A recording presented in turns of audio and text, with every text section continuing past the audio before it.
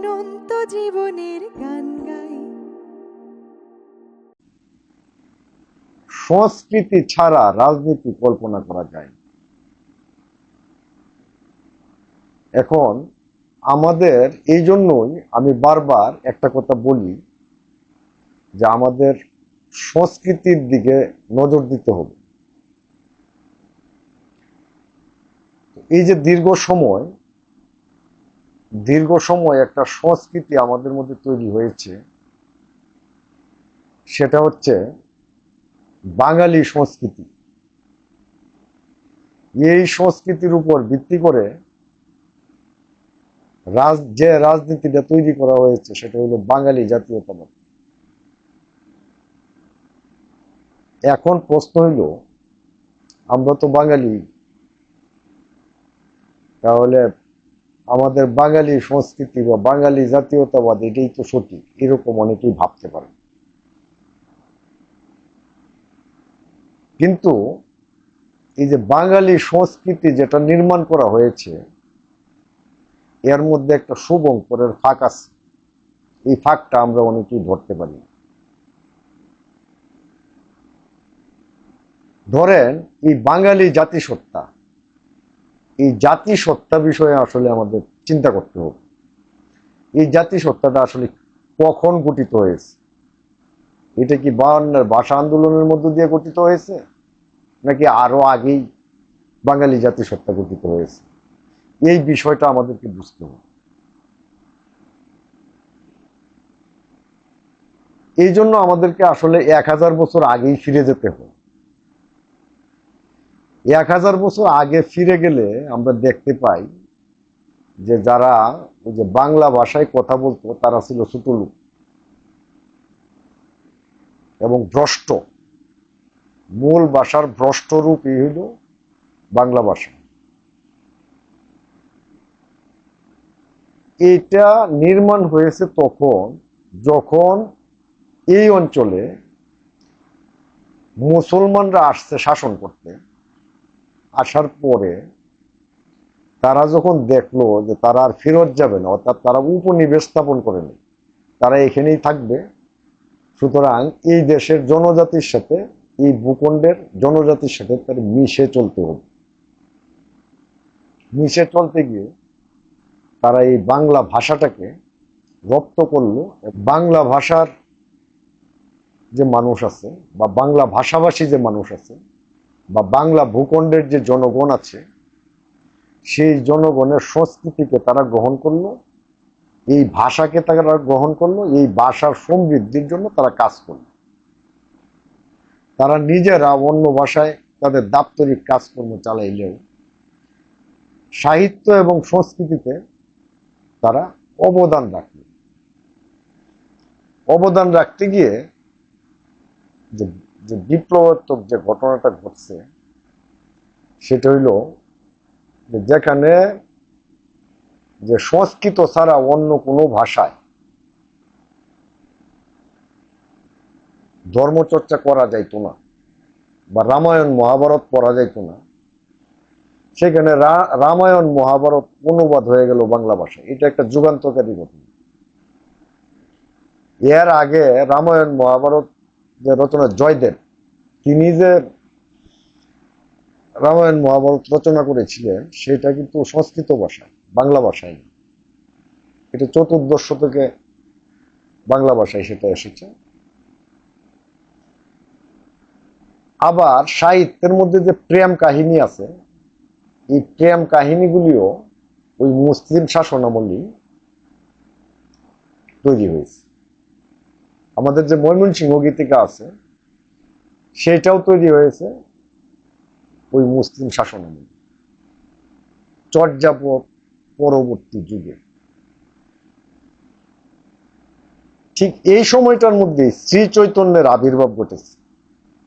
তিনি ব্রাহ্মণের সন্তান হওয়ার পরেও তিনি বলছেন যে ব্রাহ্মণ থেকে শুরু করে নমশূদ্র পর্যন্ত বা হাজং পর্যন্ত আমার মন্ত্র গ্রহণ করো, সবাই সমান। এরকম অনেক ক্রিয়া প্রতিক্রিয়ার মধ্য দিয়া এবং মুসলিম শাসনাধীন আমলেই এই বাঙালি জাতিসত্তাটা আসলে গঠন হয়েছে। এবং এই জাতিসত্তা গঠন করতে ওই শাসকের একটা বিশাল বিশাল অবদান আছে। এই জন্য আমরা এটা বলতে পারি যে বাংলার যে প্রকৃত রেনেসা সেটা ঘটে গেছে চতুর্দশ শতকে। কারণ এটার মধ্যে হিন্দুয়ানিও নেই, মুসলমানিত্ব নেই, বাংলা ভাষার মধ্যে যুক্ত হয়েছে বহু ভাষার বিষয়। এবং এই অন্য ভিনদেশের থেকে যারা এসেছে তারা এখানে বিবাহ করেছে বা তাদের সাথে মিলিত হয়েছে। মিলিত হওয়ার পরে যে জাতিসত্তাটা তৈরি হয়েছে, যারা বাংলা ভাষায় কথা বলে, সেটাই বাঙালি জাতিসত্তা বা বাংলা ভূখণ্ডের জাতিসত্তা। এবং বাঙালিরা হচ্ছে একটা সংকর জাতিসত্তা, এটা মাথায় রাখতে হবে। এটা বিশুদ্ধ কোনো জাতিসত্তা না। বিশুদ্ধ জাতিসত্তা না এই কারণেই, যেহেতু তাদের সাথে বিভিন্ন জাতিসত্তার মিলন ঘটেছে, সুতরাং এটা সংকর জাতিসত্তাই আমাদের বলতে হবে।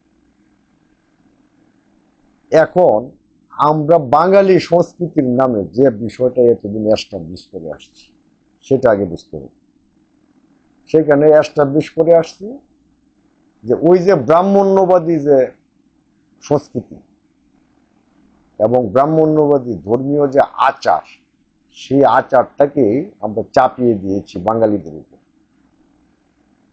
ফলে যেটা ঘটেছে, ওই যে ছোট লোকদের মধ্যে বা ধর্মহীনদের মধ্যে যারা অধিকাংশ লোক ধর্ম গ্রহণ করেছে, ইসলাম ধর্ম, তাদেরকে এই সংস্কৃতি থেকে আমরা সচেতনভাবে বাদ দিয়ে ফেলেছি।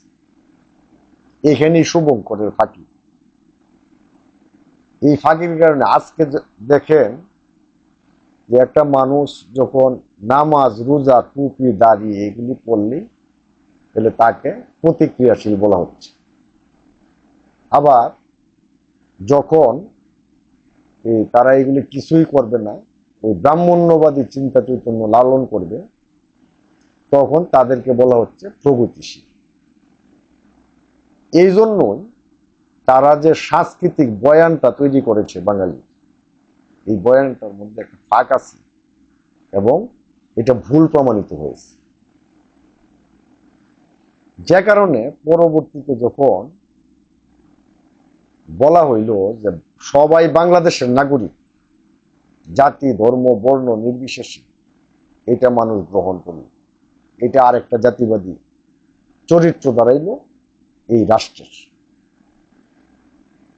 এখন এই যে বলা হইল যে সবাই বাংলাদেশের নাগরিক, এই যে জাতিবাদী চরিত্র রাষ্ট্রের দিতে চেষ্টা করলেন সাবেক রাষ্ট্রপতি জিয়াউর রহমান,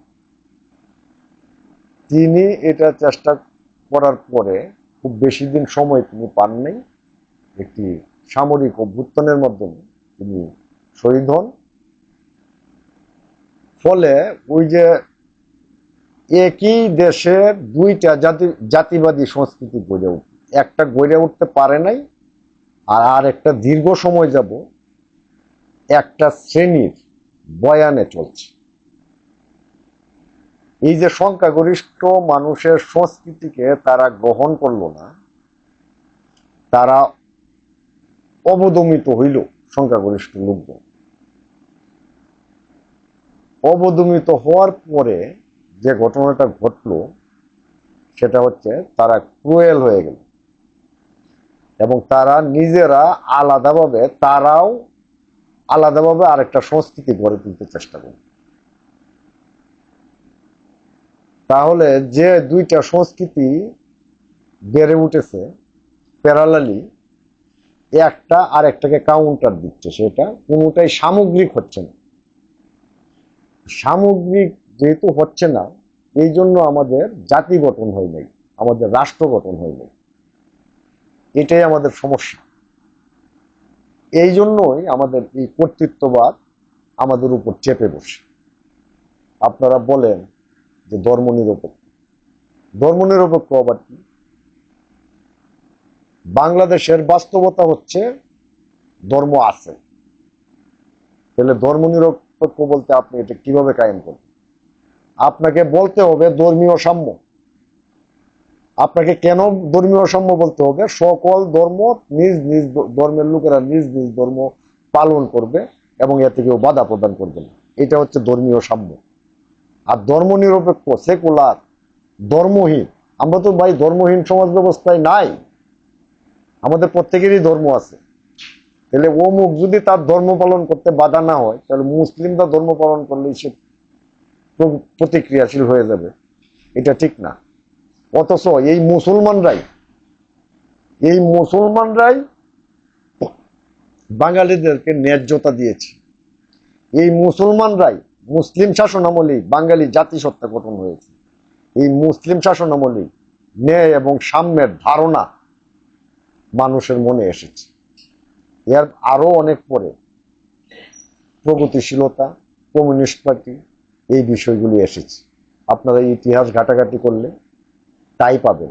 এই মুসলমানরা আগে আসার আগে শুধুমাত্র রক্ষণশীলতাই ছিল, প্রগতিশীলতা ছিল না, ন্যায় ছিল না, সাম্য ছিল না। সুতরাং সংখ্যাগরিষ্ঠ মানুষের ধর্মীয় অনুভূতিকে অস্বীকার করে কোনো অবস্থাতেই আপনারা সংস্কৃতিবান হইতে পারবেন না এবং আপনাদের সংস্কৃতি কায়েম হবে না। এই সংস্কৃতির মধ্যে একটা ফাঁক থেকে যাবে।